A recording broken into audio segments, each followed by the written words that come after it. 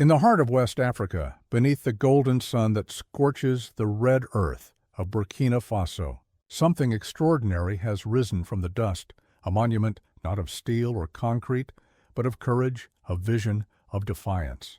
It shimmers in the horizon like a dream made real, catching the light of dawn in 1,000 reflections. This is not just a stadium. This is a statement, a symbol, a promise to the world that Africa will build its own destiny with its own hands. The glass stadium of Burkina Faso. When President Ibrahim Traoré first announced the plan, the world mocked him. Western economists called it impossible. European engineers said glass could never survive the Sahel heat. But Traoré didn't listen. He never does. He knew that the strength of his people wasn't in imported machines or foreign loans. It was in their spirit, their unity, their belief that Africa can stand tall without asking permission from anyone. And so, brick by brick, glass by glass, they began to build. From the young engineers of Ouagadougou to the glass workers trained in local cooperatives, the project became a national movement.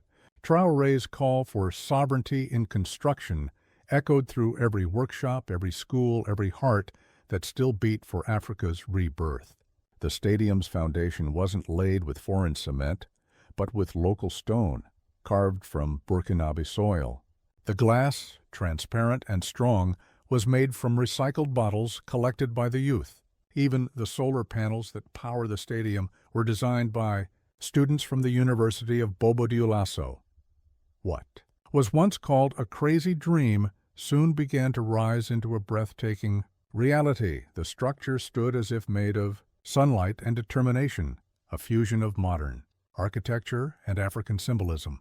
Its design drew inspiration from the ancient Sahelian mosques of Timbuktu and the patterns of mossy tradition, combining old wisdom with futuristic vision.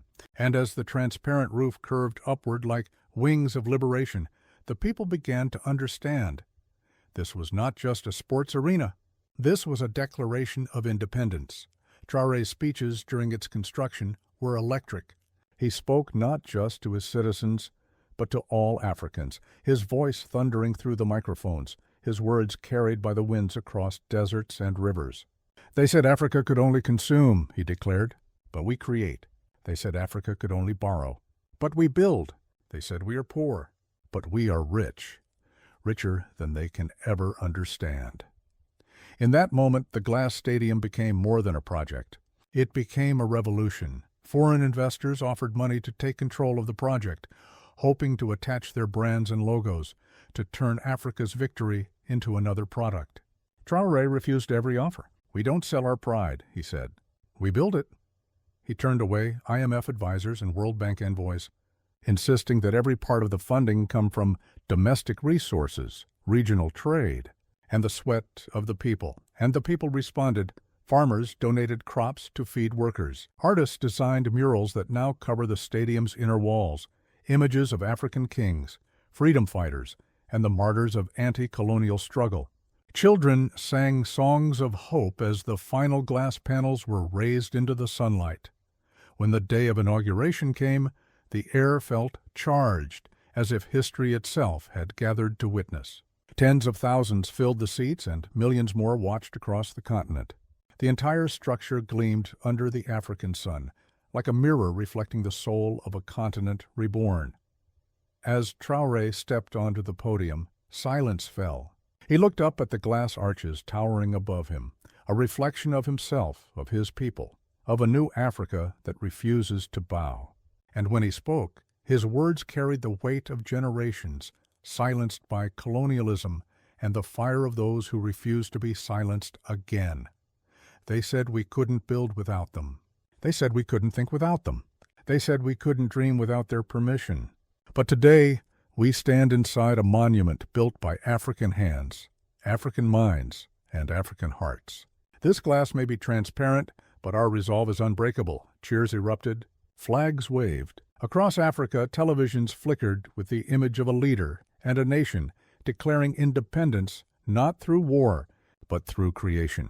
Foreign media scrambled to understand how Burkina Faso, one of the poorest nations in the world, as they always call it, had achieved something the richest countries hadn't. The answer was simple: belief.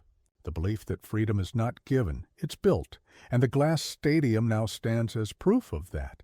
It shimmers at dawn like a diamond of the desert, glowing not with wealth but with dignity. Inside, every match played becomes a story of pride. Every sound that echoes under its glass dome, the chants, the drums, the laughter, feels like a declaration that Africa is no longer a continent waiting to be saved. It is saving itself. In the evenings, when the sun sets behind the structure and the panels catch fire in shades of orange and gold, it looks less like a building and more like a spirit, the spirit of a continent rising again. The people of Burkina Faso call it the mirror of freedom, but to the rest of the world, it's a message that the age of dependency is over, that the youth of Africa will build what the world said was impossible, that under leaders like Ibrahim Traoré, the continent no longer follows the footsteps of the West. It forges its own path, and as the lights of the glass stadium illuminate the night sky, one truth becomes undeniable. Africa has stopped waiting for permission.